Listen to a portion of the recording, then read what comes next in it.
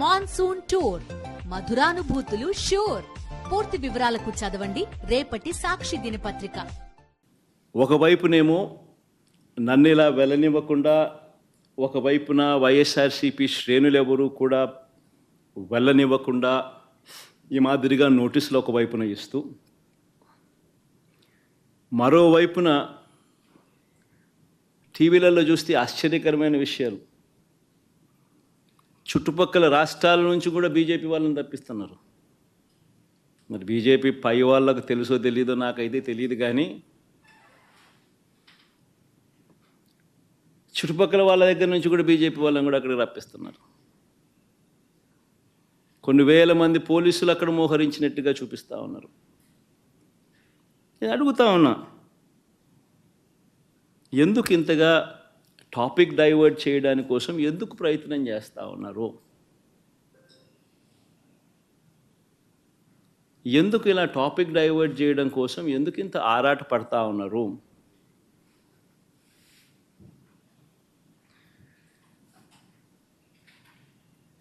గమనించినట్లయితే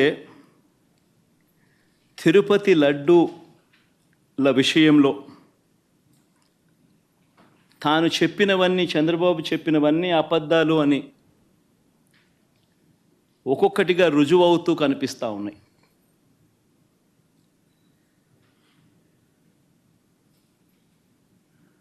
ఆ కనిపించే నేపథ్యంలో 100 రోజుల పాలన మీద టాపిక్ డైవర్ట్ చేస్తూ లడ్డూల టాపిక్ తీసుకొచ్చాడు. ఆ లడ్డూల టాపిక్లో చంద్రబాబు నాయుడు అడ్డగోలుగా తప్పు చేసి గుడి పవిత్రతను దెబ్బతీస్తూ అడ్డగోలుగా దొరికిపోయేసరికి మళ్ళీ ఈ టాపిక్ను డైవర్ట్ చేసేందుకు, లడ్డూల టాపిక్ను డైవర్ట్ చేసేందుకు కొత్తగా ఇప్పుడు డిక్లరేషన్ టాపిక్ తీసుకొచ్చి మళ్ళీ అది ఇంకొక రాజకీయం చేస్తూ ఉన్నారు. ఒకసారి గమనించినట్టయితే తిరుమల పవిత్రతను, స్వామివారి ప్రసాదం విశిష్టతను, తిరుమల పవిత్రతను, స్వామివారి ప్రసాదము విశిష్టతను, తిరుపతి దేవస్థానం పేరు ప్రఖ్యాతలను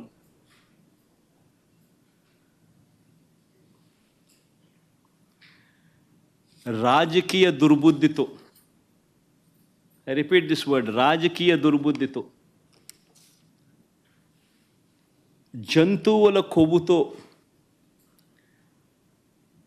లడ్లు తయారీ అయినట్టుగా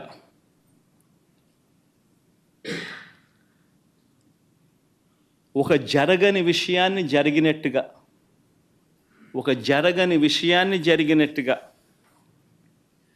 ఆ కల్తీ ప్రసాదాన్ని భక్తులు తిన్నట్టుగా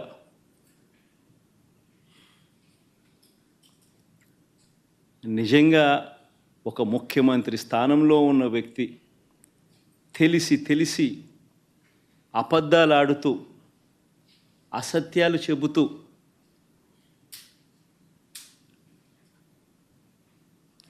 స్వామివారి పేరు ప్రఖ్యాతలను, తిరుపతి లడ్డు విశిష్టతను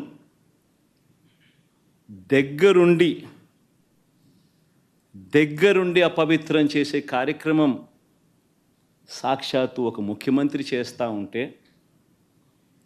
ఇంతకన్నా దారుణం ఎక్కడైనా ఉంటుందా? ఇంతకన్నా అధర్మం ఎక్కడైనా ఉంటుందా అని ఆలోచన చేయమని అడుగుతా ఉన్నా.